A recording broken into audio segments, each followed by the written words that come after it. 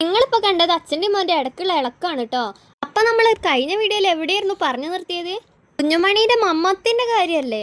കുഞ്ഞുമണിക്ക് മമ്മ വാങ്ങിച്ചു കൊടുക്കാൻ വേണ്ടിയിട്ട് ഞങ്ങൾ കടയിൽ കയറിട്ടോ. അപ്പൊ അച്ഛനെയും മോനെ അവിടെ നിർത്തിയിട്ട് കുഞ്ഞുമണി പാമ്പേഴ്സ് ഇട്ടുണ്ടായിരുന്നില്ല. പാമ്പേഴ്സ് മേടിക്കാൻ വേണ്ടി ഞാൻ പോയി വന്ന് നോക്കുമ്പോൾ അതാ അച്ഛനും മോനും കൂടിയിട്ട് അവിൽ മിൽക്ക് കഴിച്ചുകൊണ്ട് നിൽക്കുന്നത്. കുഞ്ഞുമണി അച്ഛയുടെ മേത്ത് ഫുള്ളാക്കിയിട്ടുണ്ട് കേട്ടോ. ഞാൻ ഈ അവിൽ മിൽക്ക് ഒന്നും കഴിക്കില്ല, അതുകൊണ്ട് ഒരു ഹോർലിക്സും അതുപോലെ തന്നെ ഒരു സാൻഡ്വിച്ചും പറഞ്ഞു.